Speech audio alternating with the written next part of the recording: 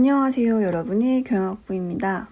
네, 오늘 양화편 마지막 시간입니다. 23장부터 보도록 하겠습니다. 먼저 자루가 등장합니다. 자루가 말하길, 자루는 우리 공자의 초기 제자로서 굉장히 용맹했던 제자죠. 자루가 묻습니다. 군자도 여기서 상자는 서술어로 쓰여서 숭상하다라는 의미를 가지고 있습니다. 군자도 용맹함을 숭상합니까? 라고 질문했습니다. 그러자 공자께서 말씀하시기를 군자는 지금 이 자가 계속해서 뒤에도 이렇게 도치가 되어 있는 모습을 보실 수 있습니다. 그래서 의로서 혹은 제가 저번에 말씀드린 대로 그것으로서 라고 혼자 해석하셔도 괜찮습니다. 어쨌든 이 도치로 한번 해석을 해보면 의로서 라는 해석이 가능하고요.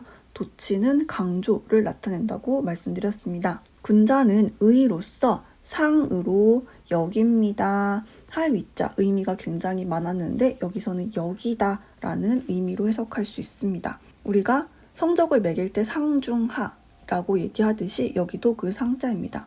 의가 용맹은 물론 좋지만 의가 최상이다 라는 걸 의미하고 있습니다. 그러면서 덧붙이시기를 군자가 용맹함이 있고 그러면서 없으면 의가 없으면 여기까지 같이 묶을 수 있겠죠.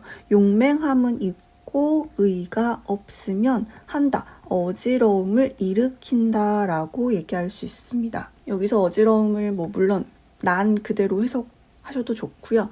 어지러운 여러 가지 행동들을 일으킨다 라고 볼 수 있습니다. 그런데 군자 말고 소인이 똑같이 용맹함은 있고 그리고 의가 없다면 그는 도적이 된다라고 볼 수 있습니다.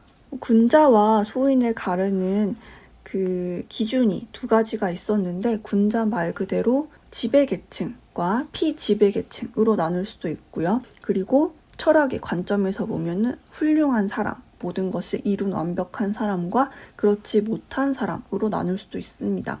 여기서는 조금 지배층으로 보는 게 좋겠죠. 왜냐하면 의의가 없는 사람이기 때문입니다. 여기서 공자께서 말씀하시고 싶으신 거는 용맹 물론 좋지만 의의가 더 중요하다. 정의로움이 더 중요하다. 그리고 여기서 질문을 한 사람이 역시 자루라는 것도 좀 흥미롭습니다.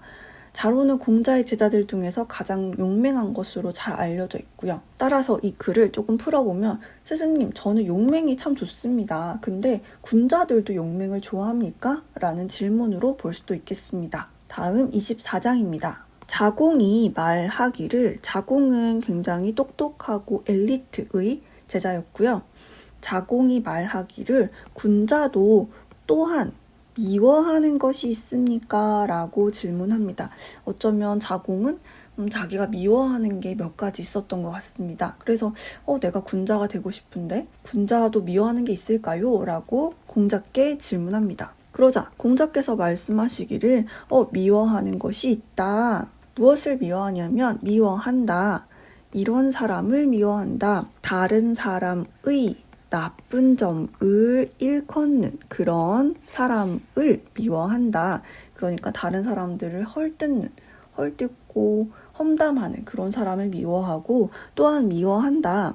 여기서 하류라는 걸 그대로 하류, 그 강의 하류로 볼 수도 있고요. 혹은 이 류자를 오자로 보는 잘못 들어간 글자로 보는 사람들도 있습니다. 어쨌든 저희는 그대로 한번 해석을 해보도록 하겠습니다.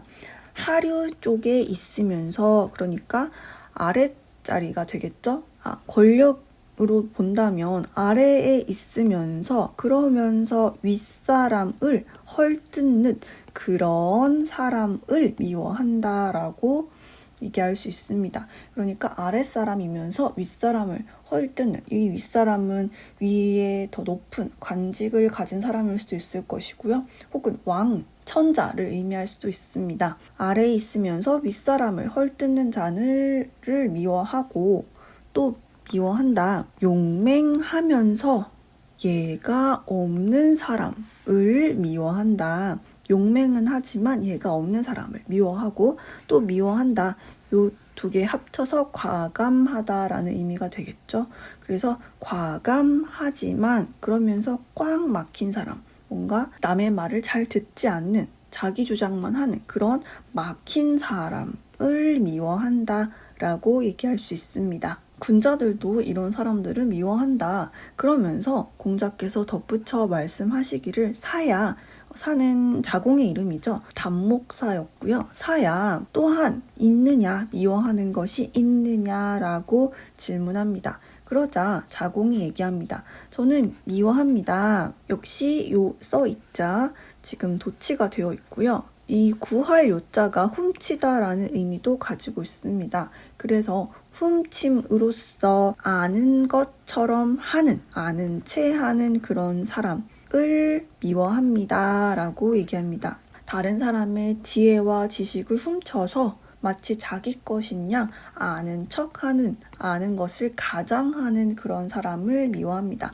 할 위자가 역시 가장하다라는 해석이 가능합니다. 그리고 또 미워합니다. 겸손하지 않음으로써 용맹한 사람을 미워합니다 라고 얘기합니다. 자기가 겸손하지 않는 건데 그 행동이 자기는 마치 용맹하다라고 생각하는 그런 사람을 미워한다라는 게 되겠죠. 약간 위선자를 계속해서 설명하고 있죠.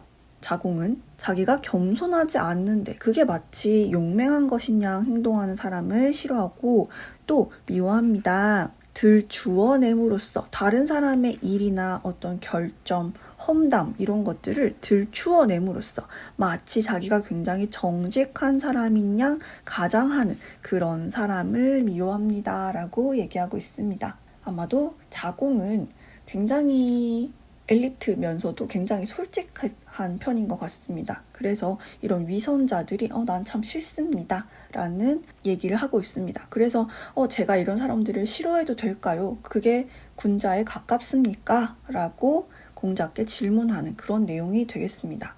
어떻습니까? 여러분들도 사실 되게 얄미운 사람들 있잖아요. 뭔가 굉장히 얄밉게 행동하는 그런 사람들을 내가 미워한다고 하면 그게 과연 군자가 될 수 있을지 조금 걱정스럽지 않으실까요? 아마 자공도 그런 생각에 이렇게 공자께 제가 이래도 될까요? 여쭤봤던 것이 아닐까 생각합니다. 네, 25장입니다. 공자께서 말씀하시기를 오직 여자와 더불어 여자가 뭐뭐와 라고 해석이 가능하죠. 그래서 여자와 소인, 은 여기까지 주어 부분이고요.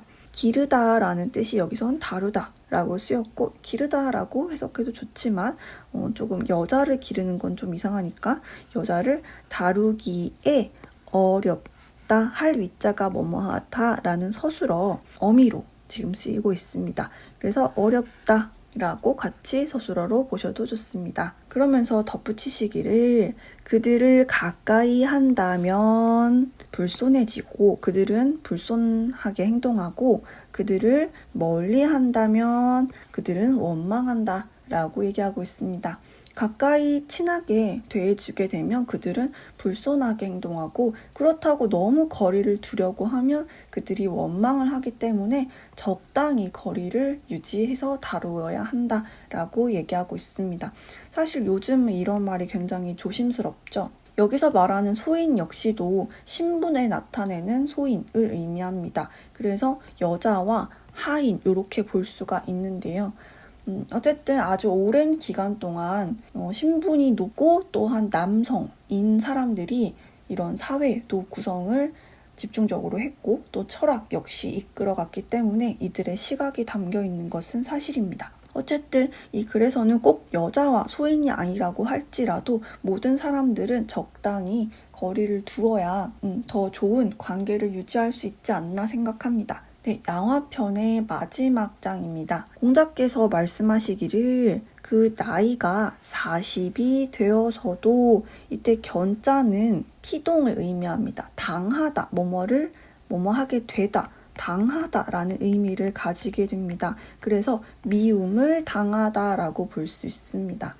그래서 나이가 40이 되어서도 그 미움을 당하게 된다면, 미움을 받게 된다면 그 사람은 끝일 것이다 라고 얘기하고 있습니다. 마흔이 되어서도 다른 사람들의 미움을 받는 행동, 뭐 이를테면 험담을 한다든지 행동이 선하지 못하다든지 그렇게 된다면 그 사람은 앞으로도 나이가 더 들어서도 발전이 없을 것이다 라는 의미가 될 수 있겠습니다.